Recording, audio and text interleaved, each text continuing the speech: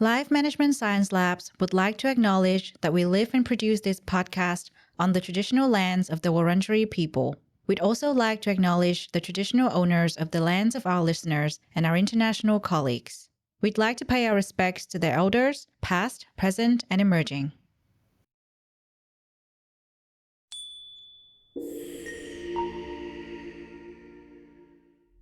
Hello, everyone, and welcome to Doing Well, the Wellbeing Science Insights podcast produced by LMSL, the Life Management Science Labs.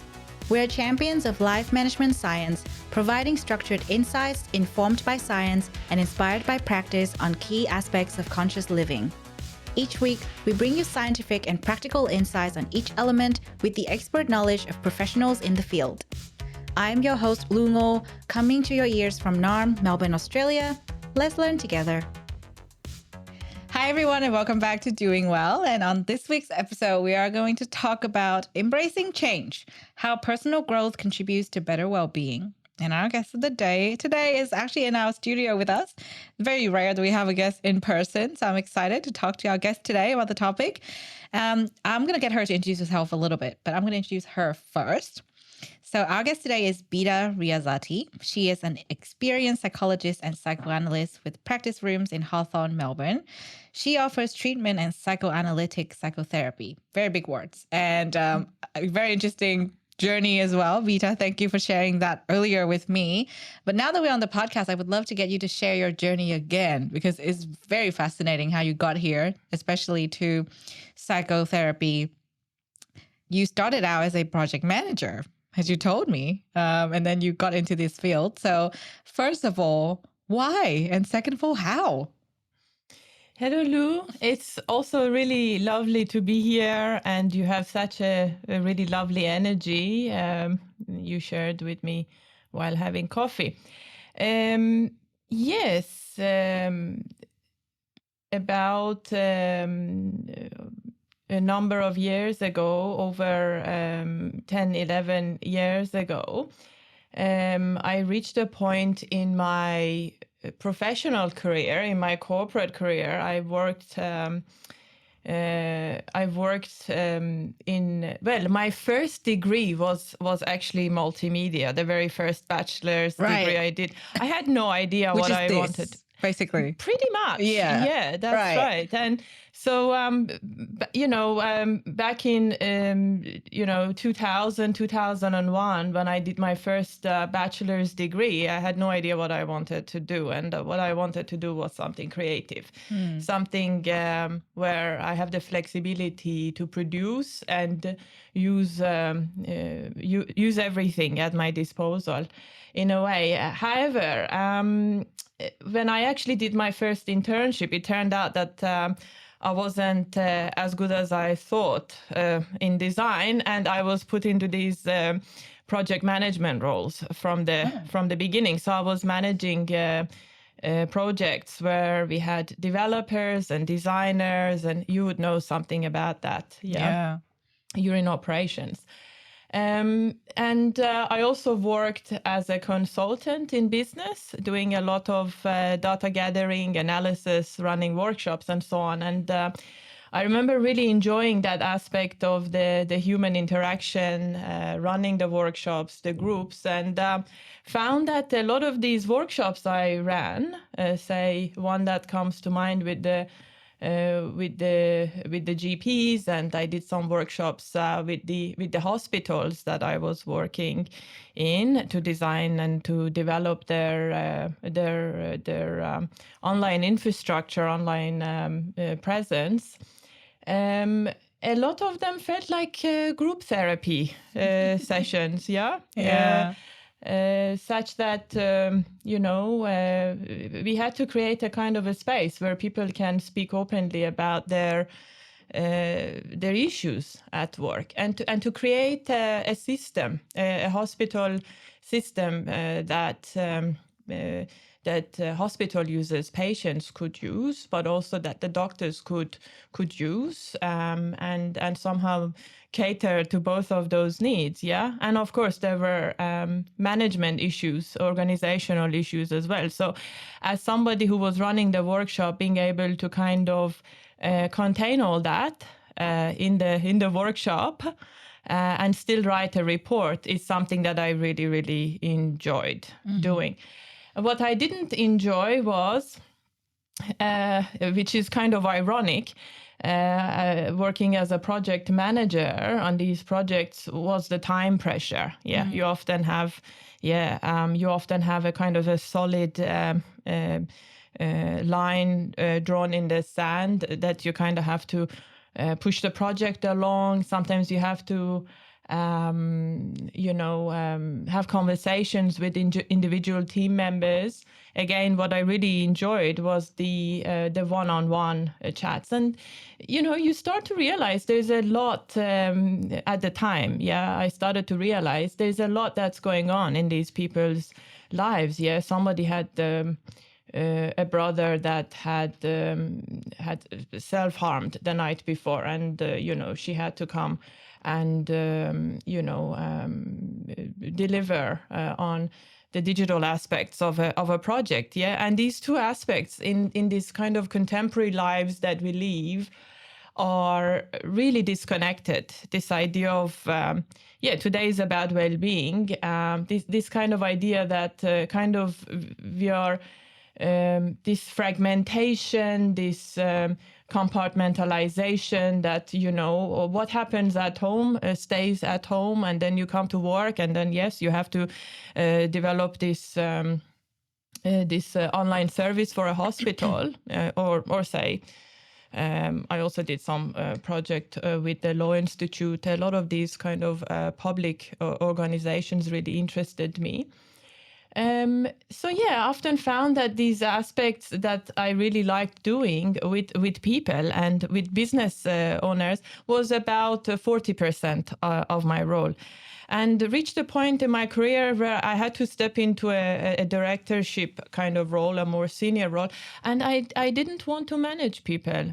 So one day I experienced a lot of I was doing a 60-hour week. I had traveled to Perth and to New Zealand, I think, for some projects. And I had to go and talk to someone myself about this amount of pressure that I was taking on. What we socially call burnout.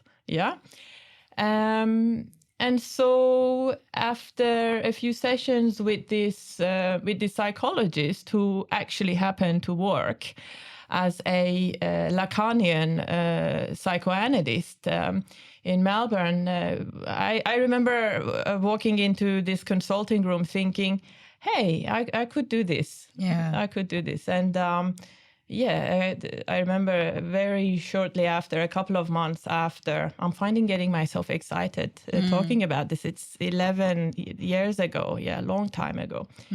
So that's where things kind of changed. I started doing a bridging course with the University of Melbourne into psychology. And then, of course, you go through the process of deconstructing this idea that you've built of yourself, of how to conduct yourself. And that's really deconstructed, really. So then I did the honors, and then, of course, I did the masters and the training. And I went, at the same time, I started my own psychoanalysis as well, which to work as a psychoanalyst, you need further training. You need to do further training other than psychology, but you do need to have a registration in one of the clinical fields. So I started my own analysis and didn't stop when I felt better. And that's or when the burnout symptoms were resolved. And that's the difference between kind of a commitment to, as you say, well-being or self-development or transformation, but also as a psychoanalyst, we have to take it to an end point. And that's kind of subjective as well. Each person kind of then can kind of tell when that point is. And to be able to work with my own unconscious in the sessions, I need to have had done my own analysis, which means going on the couch, several sessions in the week, And yes, a big life commitment. Yeah, definitely. Very interesting, because I think I don't think I've mentioned this to you earlier, but I've been reading up on psychology so much more, and lots of books by psychologists. In one of the books, it was basically about a therapist and her therapist, and she was talking about, the process of getting to become a therapist. She had to go through therapy herself, and then, as a therapist, working with clients, she also then went through periods where she needed therapy for herself. And I think it's just like a continual process, and I think that's like the beauty of this field where you're treating clients, you're treating patients, however you want to call them, and you also work on yourself, which is actually very on point with the topic because it's personal growth, right? Absolutely. Yeah. And there is two aspects too. I can't comment today on, say, cognitive behavioral therapy or say even other schools of psychoanalysis like object relations. I practice Lacanian psychoanalytic therapy or treatment. So it's not to say that other therapies are wrong or bad. This is just one that I've kind of done. And really, with when I talk about psychoanalysis, that's the kind of theoretical frame I'm talking from Freud and Lacan, is actually that distinction between that you just made about your own therapy. Yes, as a psychoanalyst, you need to have had your own treatment. Yeah, we all enter as a patient. Even the best psychoanalysts out there, my supervisors, people I've looked up to, we all enter as patients. Doesn't matter how well you are or how high functioning you are, whether you do or don't have, a disorder. Psychoanalysis doesn't look at it that way. That it's not a normal and abnormal kind of mindset. It's not that way. It's that you go in and you start speaking, and then there is something there for you to work with. Yeah, psychoanalysis is about life. It's about our experience, our subjective experience. Yeah, and of course there is the treatment aspect. There is psychoanalysis and psychoanalytic treatment, and there are people who come because there's an urgent problem. That is that too. That's not to say that psychoanalysis is not an intellectual exercise. It is a treatment. Yeah. But I guess the small distinction I'm making is you don't need to have to be diagnosed with one of these psychiatric disorders in order to start or be curious about psychoanalysis. So this distinction between doing your own work, which is, you do your own analysis, you go on the couch, and also supervision. So I do weekly supervision with a Lacanian psychoanalyst I've worked with for 6-7 years now. Every week I go in there. And the difference with other therapies, from what I know, is I go in there and I talk about cases. It's not about me. Yes, there is aspects of the case that I take that might touch this idea of me, the touch aspects of me, which then I will have to think about, because that we want to kind of, as an analyst, we want to kind of not kind of stay separate really from that, so that the session becomes about the patients, as you say, work or transformation or their experience. So somebody might come and talk about burnout.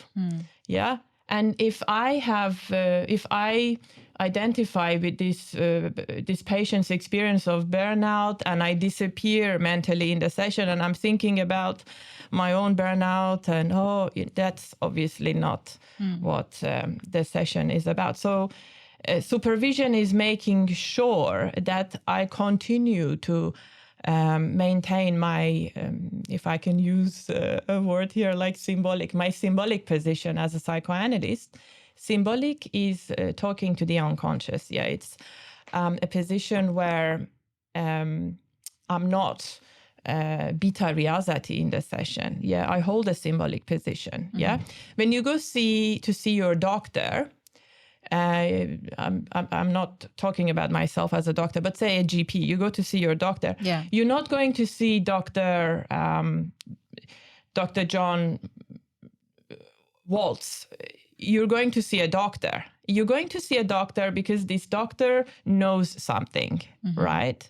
That's symbolic, yeah. That does not need to be explained to you.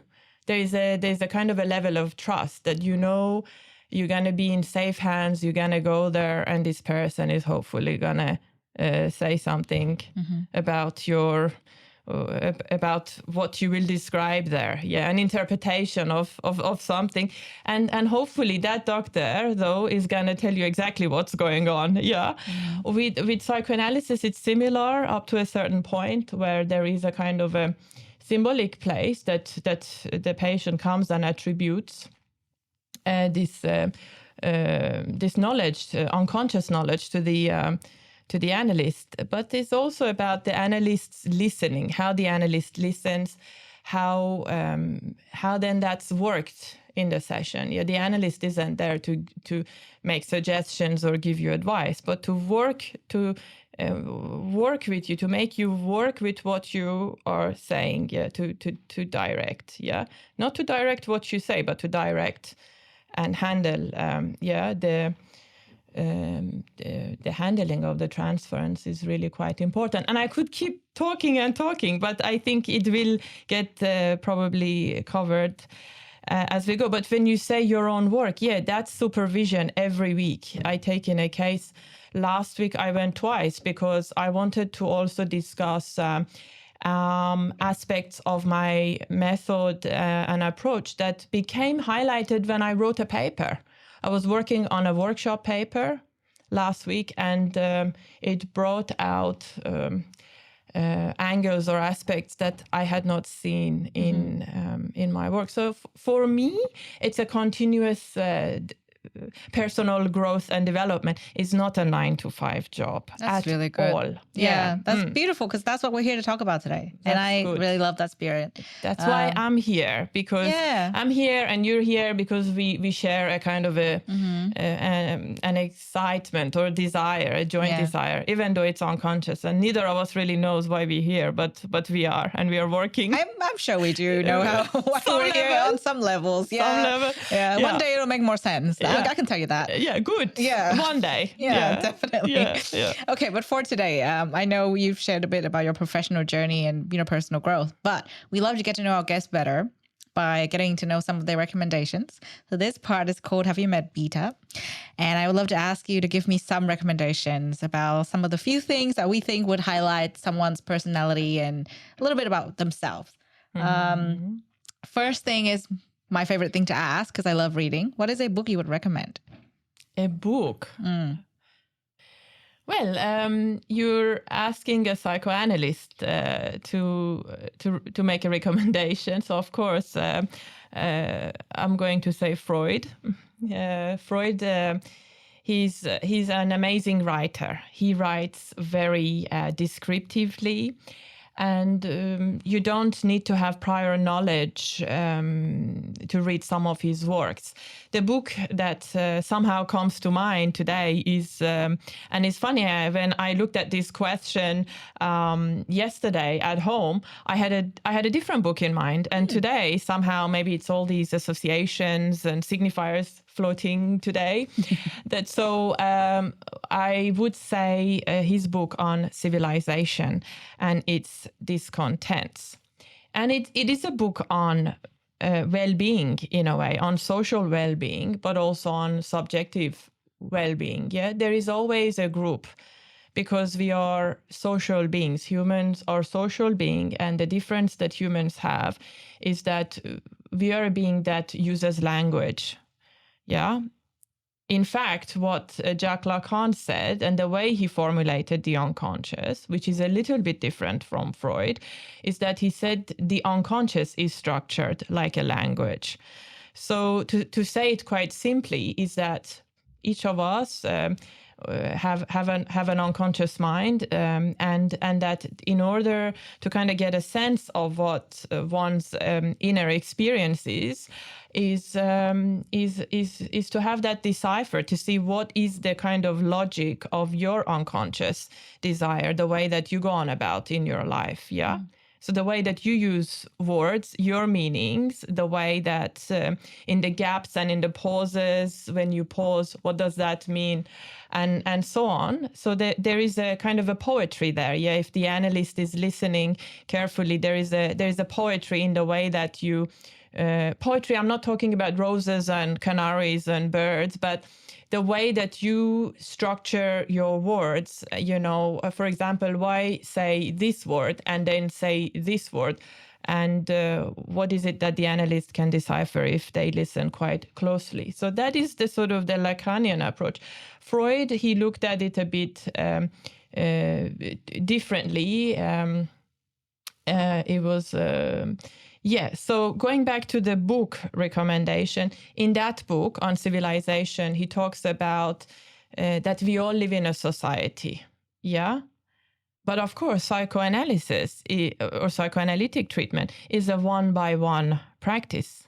You come into the session and I say to you, say everything, everything that you can possibly say today that comes to mind right now. Yeah. Of course, if you did that out in the world, there would be absolute chaos. Yeah. We don't want you to say everything out in society. Yeah, just imagine if everyone did that. That would be interesting. It would. It would be interesting, yeah. Imagine ordering a coffee and just spilling out your whole life. Well, yeah, and some people might do that. Yeah, sometimes I go. Some people do, yes. Yes, and it's interesting. It's fun. It's fun to hear those conversations sometimes. It really is sometimes, and that's can be quite creative as well, and it can create that social bond as well.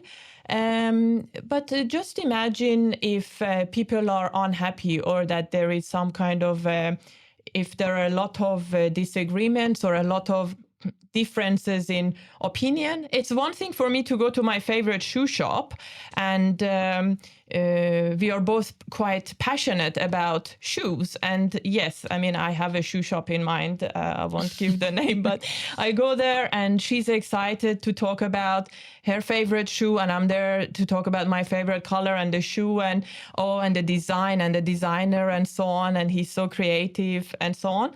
So she can say everything that's on her mind about her shoes and about her experience when she's walking around in Melbourne. And it's a fun experience. But just imagine if in society, that you go to work and I come to work and we're there to work, but you said everything that came to your mind about me. Yeah, that there are going to be aspects of me as you get to know me. I mean, right now you think I'm wonderful, but as you know, if you were to get to know me, you will have thoughts about how I make you feel, how other associations you might have, even to my clothes. Yeah, people have associations even to your earring, to your rings that you're wearing, to your watch. And all of these are occurring unconscious. Yeah. And meaning is always made post event. So I'll go home, I'll sleep over it. I might even have a dream about you. Yeah. You might remind me of somebody that I really like. And I might have a dream, but it's not about you per se. It's about some association that has been triggered as a result of me having had this encounter with you today. So just imagine, just imagine if we said everything, if there are so many differences in society, there could be chaos, there could be war if we all try to change each other in society. So, of course, one of the things culturally that I've noticed, say, for example, in Australia, because I live and practice here in Melbourne, Melbournians are, this is a big generalization, but my experience is that we are quite polite here. Yeah, the conversations are kept often quite superficial. If we don't know each other, we don't discuss politics. That's the symbolic order in a way. I know what to expect when I come and order a coffee. I know that you will say, hello, how are you, and you won't say something about my hair, or that it's ponytail or judgments. Yeah.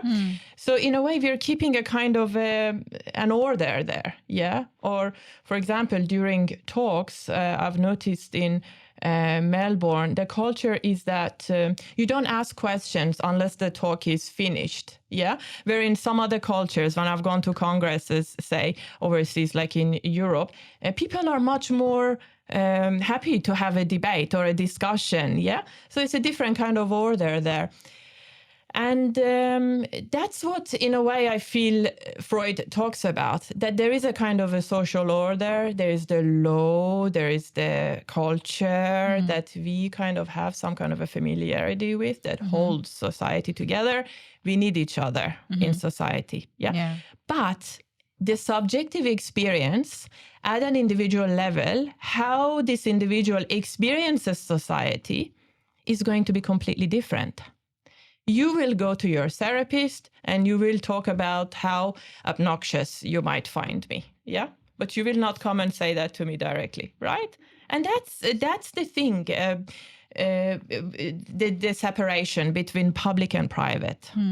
So suffering, we suffer essentially, I think, to summarize that book, we suffer because of society. Very interesting. But do we suffer because of society? Because if there was no society, I couldn't enjoy this conversation here with you right now.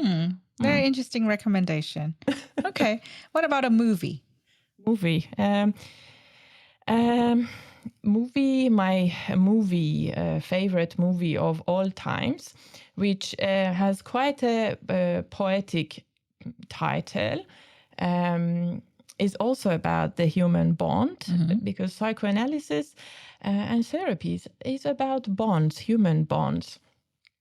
It's called Where is the Friend's House? Oh, I never heard about that before. No, it's a very old film made by this famous Iranian filmmaker, director, Kiarostami.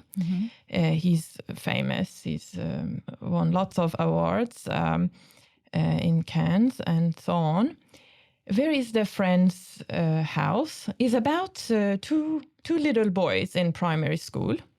And one of the boys keeps forgetting to do his homework. Yeah. Keeps forgetting to do his homework. And the teacher says to him, if you don't do your homework, for tomorrow, I'm going to suspend you. And of course, the boy gets really nervous. And, this is set in a village, in a little countryside village. It's not in the big city, one of the big cities. And of course, these little boys have all sorts of responsibilities. Yes, they go to school, but they also help around the house and so on. So it's a very sweet kind of setting, very complex lives of these children within the context of their culture and their family. Anyway, end of the class, the first boy, the friend, goes home and realizes that he's taken the book and the notebook of the second boy home with him. And then he remembered what the teacher said to the second boy, that if you haven't done your homework, I'm going to reprimand you. I will suspend you.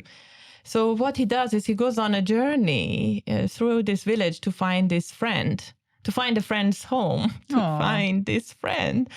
And there are all these adults that he encounters that kind of undermine his inquiry, undermine his search. They just say to him, why can't you just wait until tomorrow? But of course, this little boy is quite anxious, quite anxious because of what the teacher said. And the adults can't see the point of this journey, this adventure that is going on to find the house. And of course, he can't find this house. And of course, this is set out in the beautiful scenic regions with the mountains and the fields. And he goes home at night And he comes up with a very interesting solution. He has done his homework, but he also does his friend's homework and goes to school. Yeah, so really, really complex film about emotions. But if you also look at the title of the film symbolically, because words are not just words, they don't have one meaning. But where is the friend's house? Aren't we all always looking for the friend's home? Yeah. Yeah, and home as a place where, it's somewhere. It's enigmatic. We don't know where that is. Yeah, but that's true. Yeah, very deep. Yeah, very deep. Yeah, but also enjoyable. Doesn't have to be deep either. But whatever you enjoy. Yeah, yeah. I like the double meaning. Yeah. What about a podcast you would recommend? Your podcast. Great. Yay. Thank you. Your podcast. Yes. Thanks. I appreciate that. Yeah. We have 10 podcasts. So 10 recommendations for our audience right there. Fantastic. I've looked at some of your other speakers who spoke on well-being. And yes, you have this kind of the academics. I mean, I'm a practitioner, but you've had the academics who talk as well. Yeah, we have a mix of both. It's very fun. Yeah, because each person has a different perspective. Yeah. Really cool. Now, who is your role model? This could be a famous person or it could be someone in your circles. I know I was on the treadmill last night looking at that question and I thought, this is a controversial question you're asking because a role model, the first word that comes to mind is a master. Yeah, so the master, I mean, Jacques Lacan has 4 discourses, and one of the discourses is the discourse of the master. Again, it's master, symbolically, and is about that, people that you really look up to. And not just that, though, that it's rather than following your own desire, you kind of try to always satisfy the demand of this other. Yeah. So, for example, when I was a project manager, I always had a boss. People thought I'm the boss, right? But I had several bosses. Yeah. So, I mean, that's the situation of the master. Somebody who's powerful. Yeah. Like say. In a totalitarian regime, for example, somebody who's giving orders and so on. And then you have people who are working for that master. But you can also have, like, if you're a musician, you might have like Beethoven as your master. Yeah, he's the master. For me. There are people that there are aspects of the supervisors that I've had that I've really idealized. And I can say it's got something to do with my childhood experiences with my grandparents, that they were always so much older, so much wiser. And I enjoyed reading literature in their houses. But I don't know if I have role models these days. Model role, yes, there's a function. I think I really enjoy working in supervision and working together with my supervisor. I've worked with this person for a very long time. I've worked with him, so yes, he's good. Okay, that's good. There's one person. Okay, final question in this part: what is a course you completed that left a really strong impact on you? That's really difficult to say.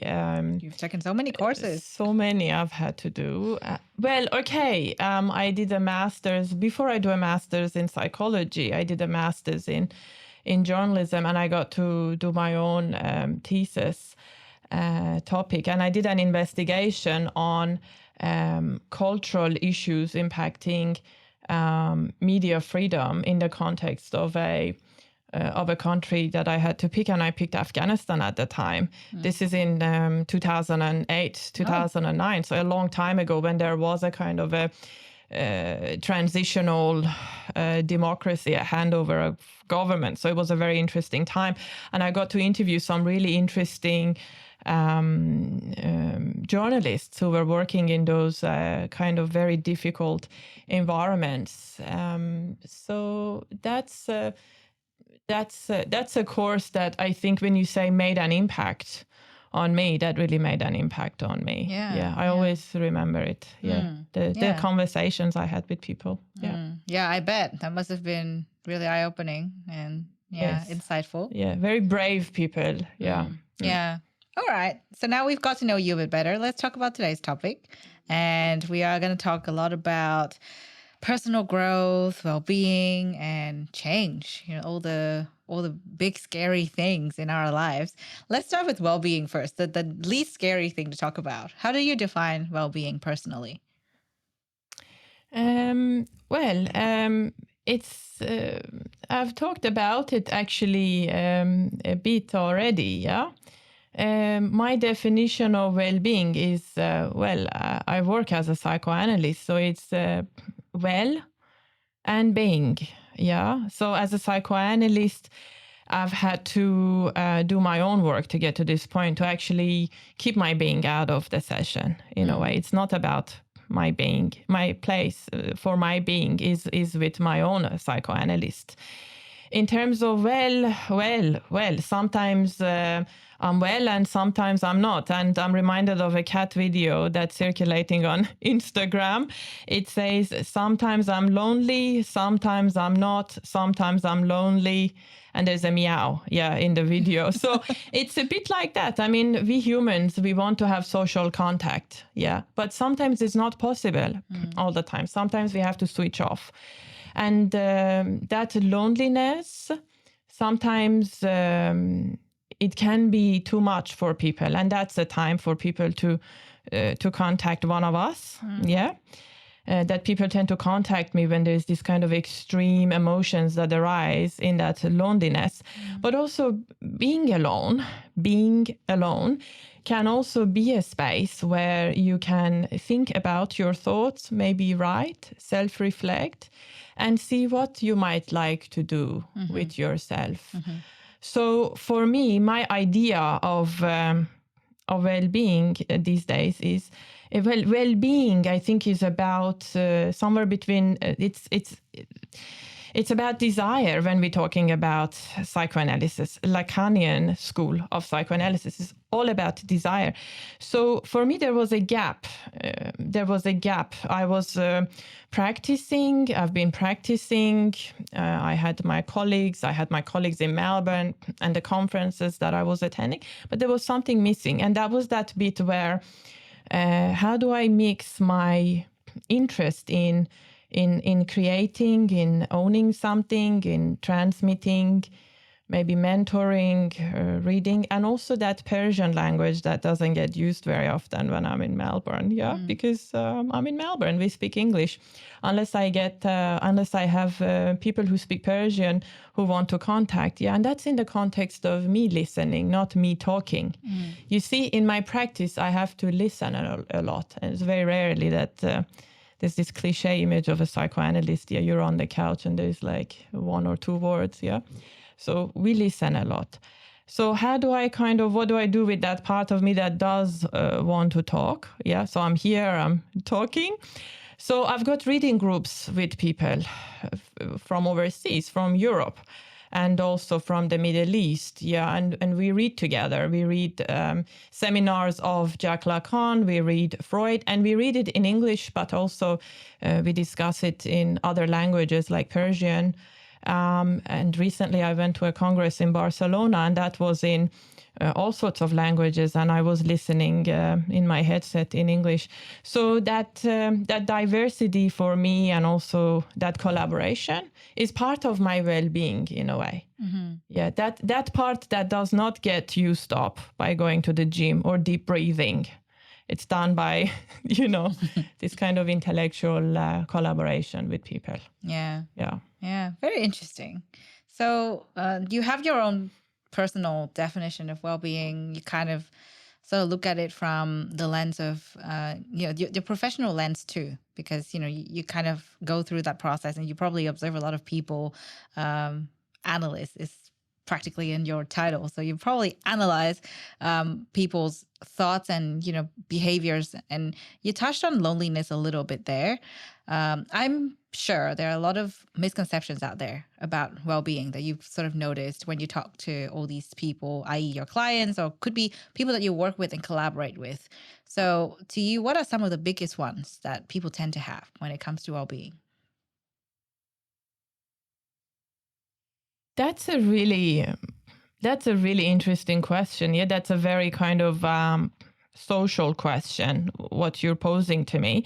It's a difficult question for me to answer because, well, this word of misconception, like something is missed, or there's that a conception, that an individual concept one has of what it means at a subjective level to be well. Somebody might thrive on doing a 10-hour a day. I'm one of those people. I do it sort of a 10-hour day, but then I see patients 4 days a week. And then some other people, for them, their subjective well-being might be that they work 5 or 6 days, but they do fewer hours in the day. And it's not for me to say what's kind of impose my concept of well-being. There are some people who work better on their own and some people who work better in groups. That really goes back somewhere in our childhood experiences of our position in the family, what role we kind of played, what we were in that family setting. There are some people who are naturally better at bringing people together. And there are some people who split groups up or split people up. That's not a bad thing. We don't look at it in a way of it's good or bad. And what psychoanalysis does for you is to get to know something about your the way you experience your world, to see to find what you can do with that, with your symptom, and how you can relate. So I think this question of a misconception, I have probably not answered your question, but that's the way I look at it. It could be quite subjective. So, it depends. What you think to be wrong in somebody else might not be wrong to them at all, and vice versa. So it could be subjective. We've heard quite a few big ones on this show. It could be something around chasing happiness. It could be around, having well-being means you're well all the time, which is totally not true because that doesn't happen. So we've heard quite a few ones on the show. But today we're here to talk about personal growth. So I think we can probably drill down personal growth and learn more about some of the misconceptions over there, perhaps, because what I hear in what you just said is the word rivalry comes to mind. So, looking at other people around us and saying, that person looks so happy. They're so normal. Why can't I have normal relationships? That's rivalry. That's unconscious rivalry. What we see is often so far from the truth. That's observation, that's seeing. That person that appears normal, that's an image. That person will also have their own kind of difficulties and so that's around definitions of success, for example. We often make ourselves suffer a lot when we get into these ideas of I'm the only one experiencing this, nobody else is. And so I have to kind of... That's another one. Yeah, that could be one other misconception too, because we tend to isolate ourselves from the world. Absolutely. Yeah. But personal growth, coming back to the story, cannot be done in isolation, I think. You got to have, I think, a lot of collaboration and reflection when you interact with the world and with other people to kind of gain that personal growth. And I'm sure, when you talk to your clients and interview or not interview, but, interact with people who comes to you for their problems and issues, you probably notice this as well. For me personally, I feel like personal growth is something that I tie not with just my own self, but with how I interact with other people. Like my interaction today, well, let's say with you or with Aiden in the studio here was something that maybe I enjoyed and I could learn from and I would like to do more of. Or it could be something that I'm kind of like, why did I behave that way? Maybe I should look at inwards and do a little bit of self-discoveries to grow from that. Maybe I can do better next time. So I think, that's why I was kind of saying personal growth, just like well-being, it is an aspect of well-being, cannot be done in isolation, in my opinion. Now, what do you think about personal growth? Yes, I agree with you. It is not done in isolation. We can't hear our own unconscious. I learned something about my desire when I'm here, I speak, you say something, and then I walk away a few hours later, and I'm like, okay, something is a bit clearer. Is not in isolation. And this is why if I need to do more work, I have to go see my own psychoanalyst as well. Or I talk to my supervisor who is a psychoanalyst. So absolutely. I mean, it's impossible to do that on our own. And what you said about reflection, I give a recent example of contributing in a workshop.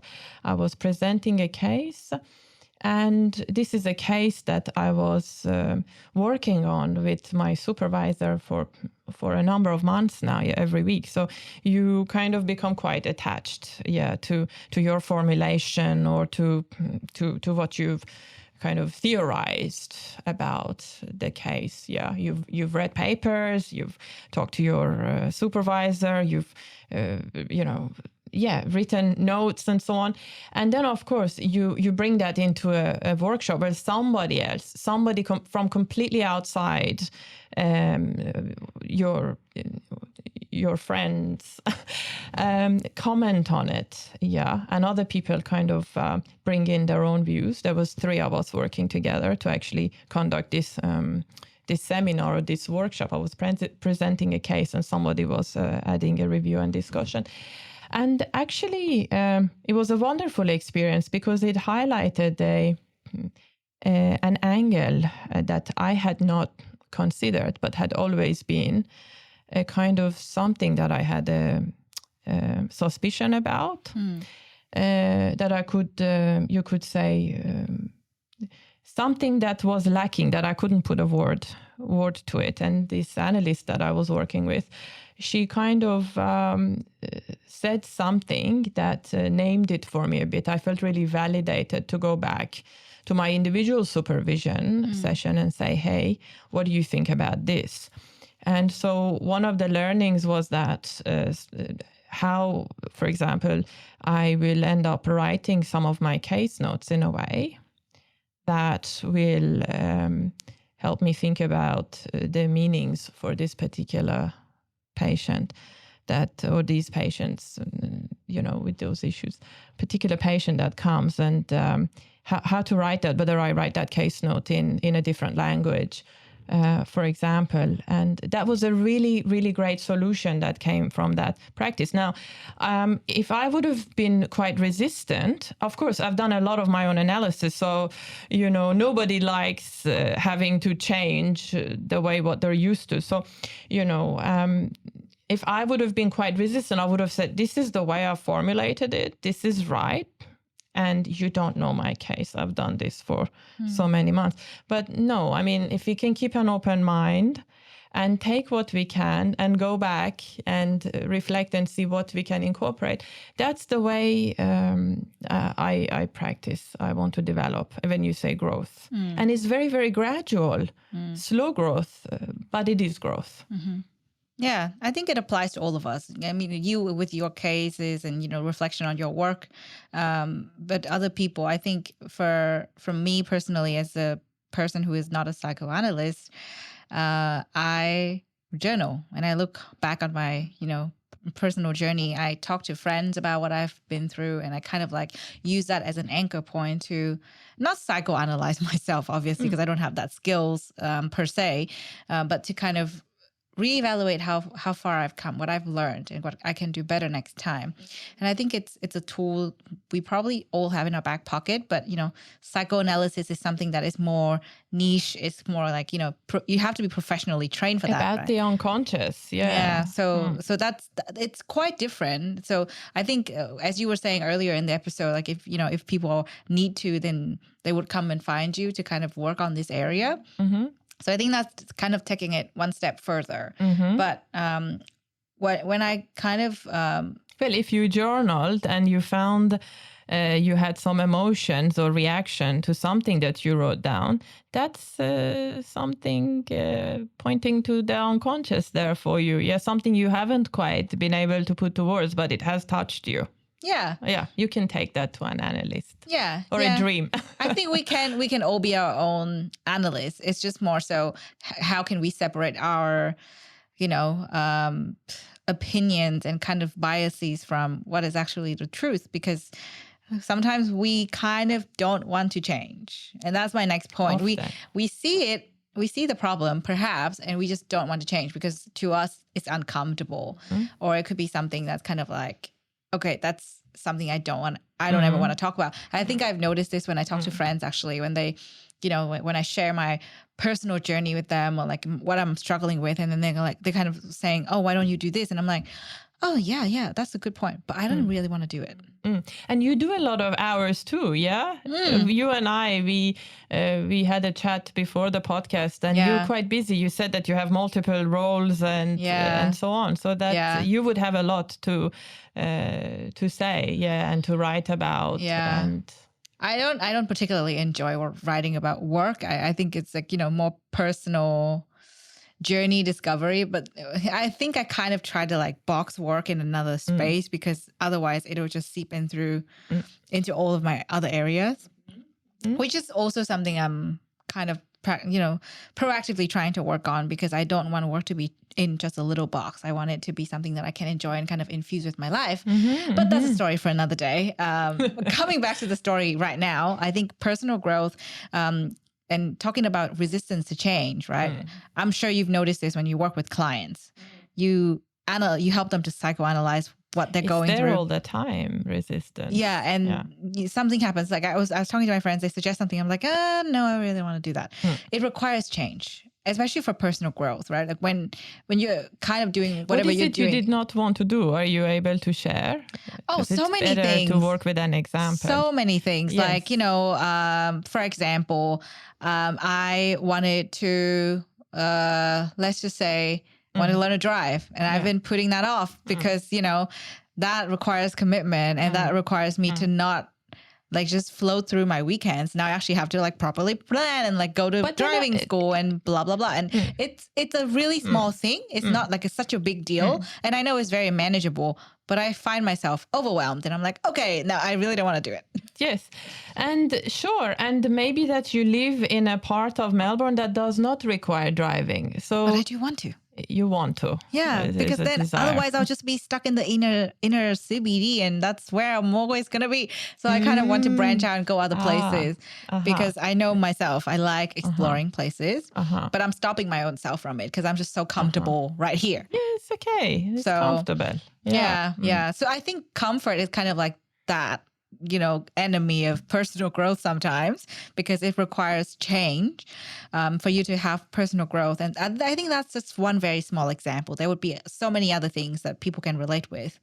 So how would you offer some psychoanalysis insights for us to kind of, look at this, for example, understanding why we are resisting to a certain thing and also addressing that resistance So we can shift away from it, because we do that all the time.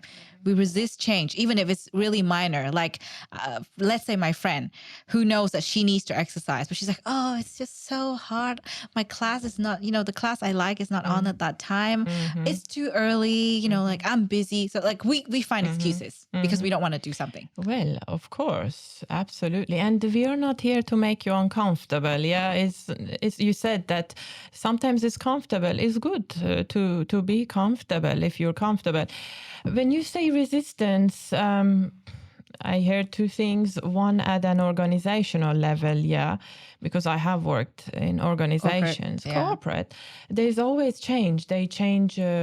Businesses need to restructure and change. And I remember it was really difficult when there was restructuring. Suddenly, my role, job description would change or become something quite different to what I was brought in to do.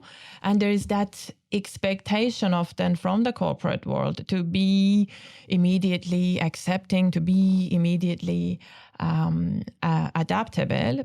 And actually, businesses, and this is going to sound like really cliche and like a slogan, but businesses do well that actually provide the possibility and the space for the workers, for the employees to process that change, to affording a space where they can talk, not in a way to then respond in a defensive manner,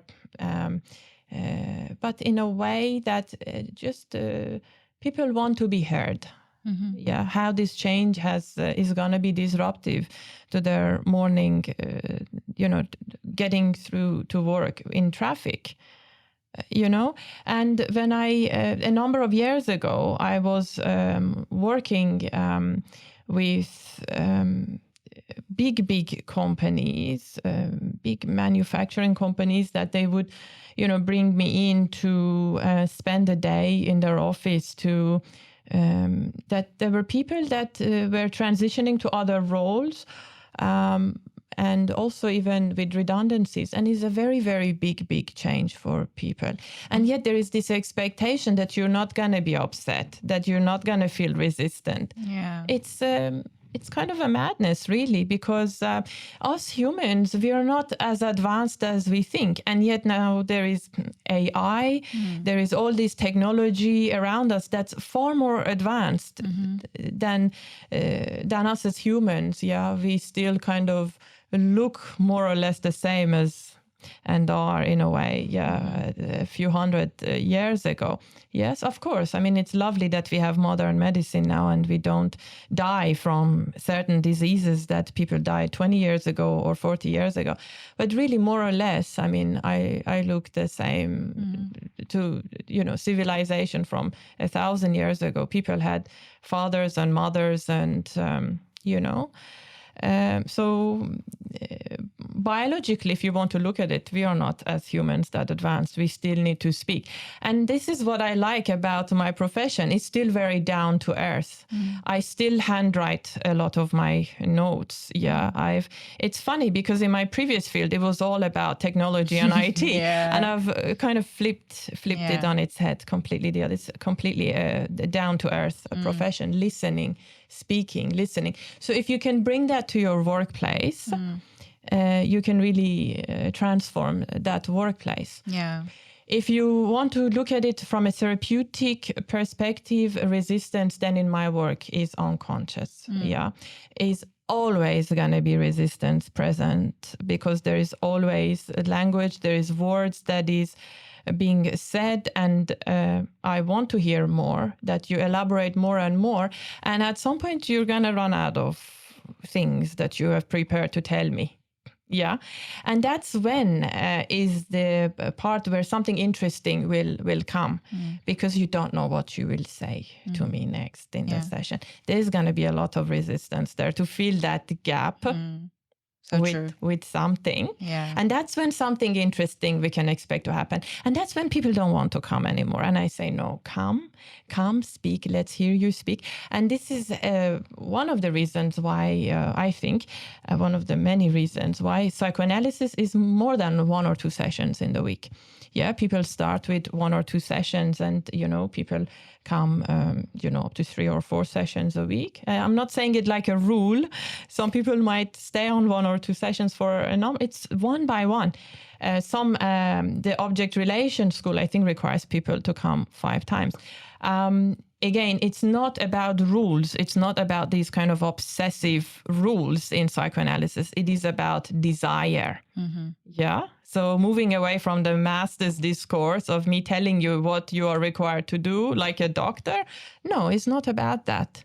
It's about desire. Me listening so closely to what you say in the session and seeing what more you can say, creating that possibility there.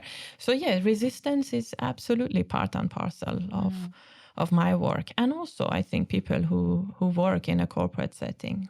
Oh, everyone can probably relate to this because most of us started out, or at least are still working in corporate. But in personal life too, I think it's even more apparent because we, as I said, don't really want to change, even though we know that it's important. So I think I know that from research, apparently, a big part of psychoanalysis involves speaking and exploring unconscious patterns and motivations to kind of help us to go through that kind of, work through that resistance per se, and to kind of help us to grow as individuals. So how does that work with individuals that you've worked with so far? Yes, I mean, what really stands out in what you put to me, you say pattern. Yeah, when I think about pattern, I think about a kind of a Persian rug that I have in my office, and it's got patterns on it, and it's, exactly the next tile that's gonna follow. Yeah, it's a shape that repeats exactly. Yeah. And there is that, if I can say, this misconception about psychoanalysis.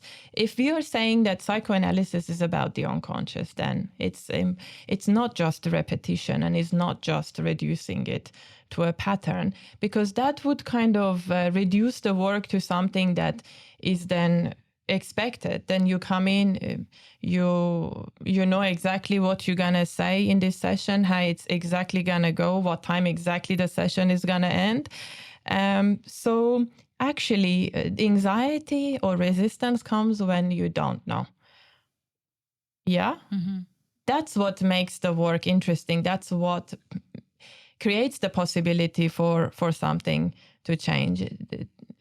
This idea of a pattern, I don't think it's so much of a pattern, but more that there is something that you start with, and then you say more in the session, and then you don't know what you're gonna say, and I ask people to come and use the Freudian way of free association.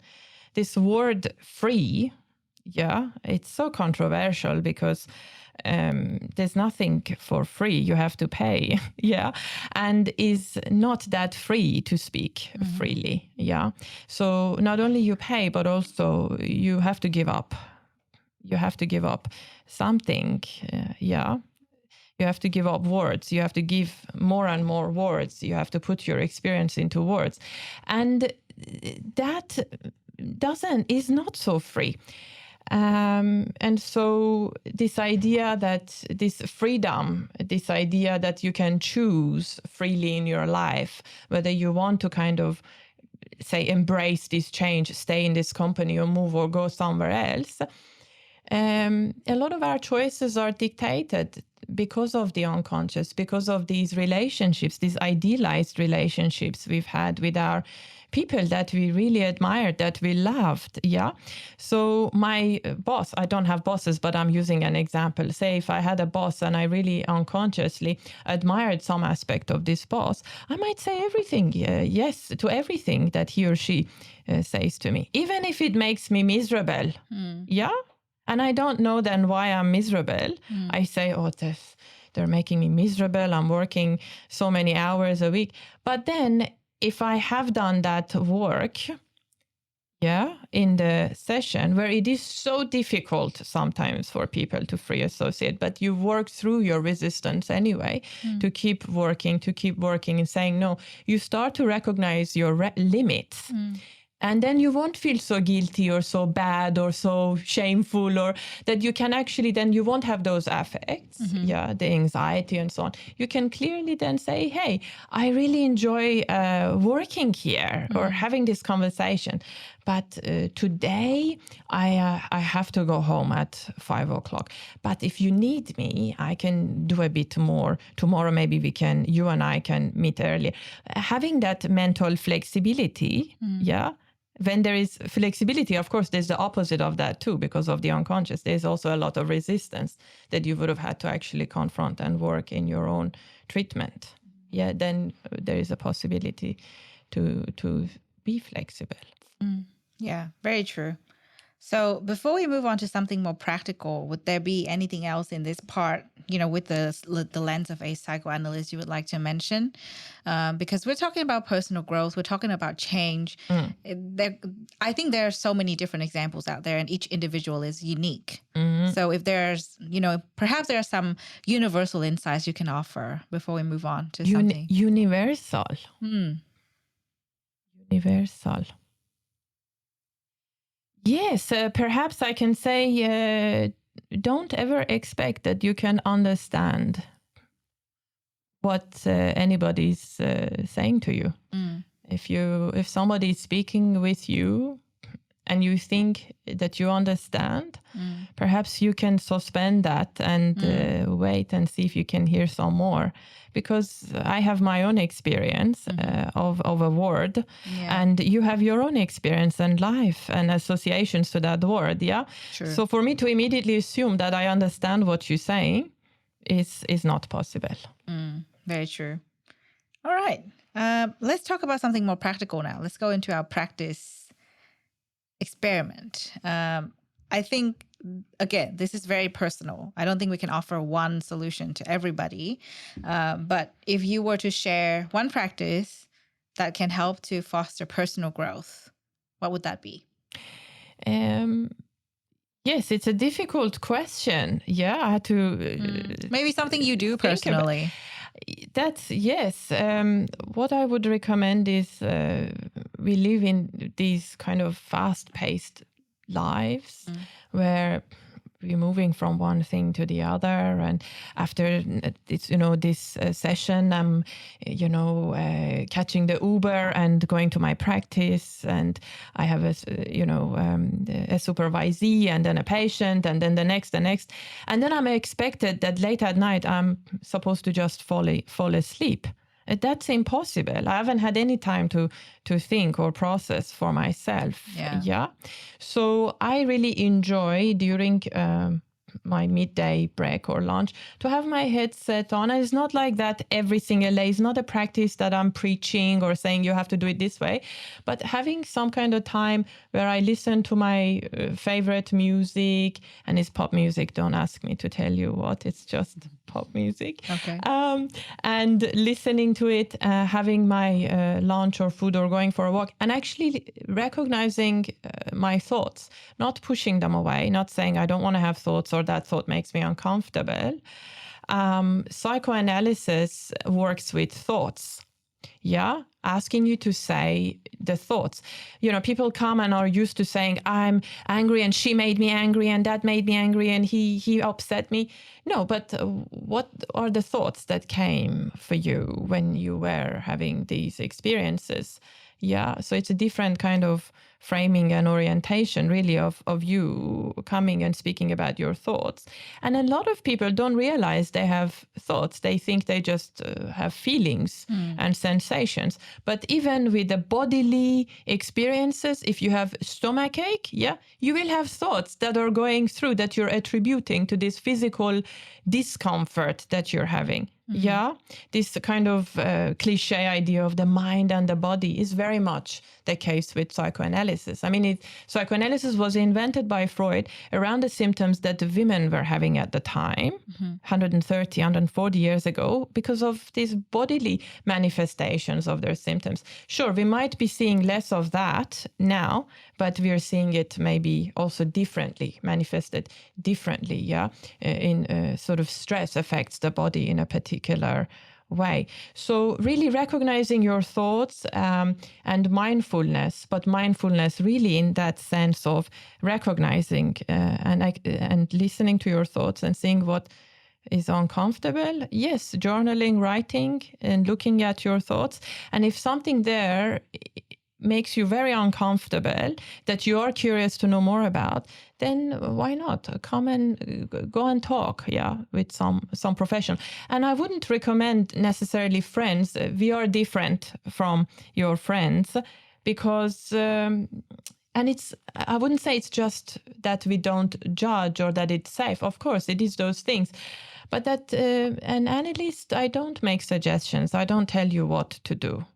Yeah, and I listen in a very different way. It's the listening that makes the difference. Yeah, that you can actually then do something with what emerges in the session. Yeah, cool. Thank you for that. Now, let's go to open mic and talk about you. Obviously, you're passionate about a lot of different areas, I think, based on your professional background and educational background. So I'm wondering for today, what it is that you're passionate about and you would like to share more with our audience.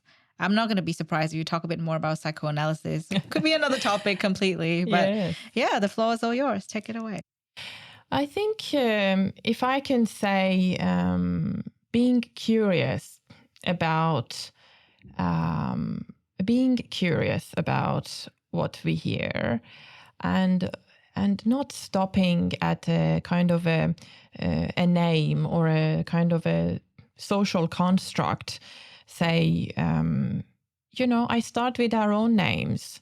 Our own name has meanings. I mean, somebody would have given us a name, right? And I can give the example of my own name. When I was growing up, and this relates to your question of the ego and the I. You had a question there about what is this idea of the self, yeah? When I was a little girl, I was before even primary school and entered primary school. My name in Persian, it means unique, Bita, without one, like unique.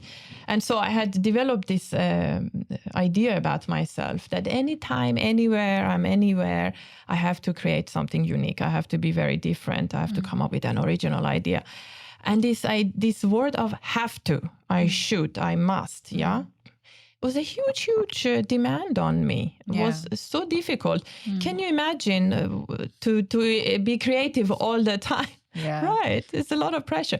So in primary school, I was super slow with doing assignments. And, if I was given an assignment with an open title, say, you can write an essay about anything you like. Yeah. God, that was quite a task, because then I would try to come up with something original. And yes, by the end of it was something perhaps interesting, but also it's difficult to be interesting all the time. Yeah. So in terms of what I'm passionate about or what I'm talking about, these days, I think I try to be less passionate and put my passion into doing more work, in the sense of, if we can recognize what our identifications are. What is it that has brought us here today? That this idea of this image that we have constructed for ourselves. Yeah, if I can make a reference here, a theoretical reference to this theoretical concept that Jacques Lacan developed called the mirror stage. Yeah. it's around this development of this idea of this coherent self. Yeah. So the infant, the small child, looks in the mirror and sees an image of themselves, sees an image, a reflection.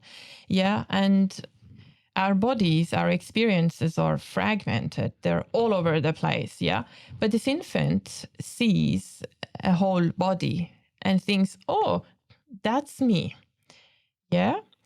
And there are other caregivers, other significant people, parents, yeah, around the child who enforce these identities. Yeah. The child gets told, yes, you are beautiful. Yeah. And yeah, I think, oh, yes, I'm beautiful. I'm going to go and become a performer. Or if that identification is actually then that identity, if then I'm put into music lessons, and if I actually do have as a child a desire to pursue music or to pursue writing. For me as a child, it was writing. My mom was always giving me literature. There was literature everywhere. She really encouraged me to read. And it's funny, my very first experience with literature was that I was extremely resistant to it. I think because she said, here, read this book. And I said, no. And what she did was very clever. She said, I just put it here. You can read it. You don't have to read it. And as soon as she left, I went and picked up the book. So yeah, and so now I'm interested in writing. Yes, I practice clinically, but I'm also finding my sublimation in writing. There is something that writing does for me that something else might not do, if that makes sense. So that maybe that's, you can say, passion. Yeah, totally. Beautiful. Thank you for sharing that. We've loved having you here, and I think for me it's been eye-opening listening to your perspective from a psychoanalysis point of view, because it's very different from talking about personal growth as you would do with everybody else. So yeah, I think that's been the highlight of the day for me, for sure. And we appreciate you being here in the studio. As I said before, it's rare that I have guests in Melbourne, so this is really fun for me. You have been listening to Doing Well, the Wellbeing Science Insights podcast produced by the Wellbeing Science Labs, a division of LMSL, the Life Management Science Labs. More episodes are available from 10 life management perspectives and can be found by searching LMSL on Apple Podcast, Google Podcast, Spotify, YouTube, and other podcasting apps available on your devices. If you enjoyed this episode, please rate, share, and subscribe to our channel so that other people can find it and we can continue to provide quality content. More of our work can be found on our website, we.lmsl.net, where you can join our movement. I'm Lu Ngo. Thanks for tuning in.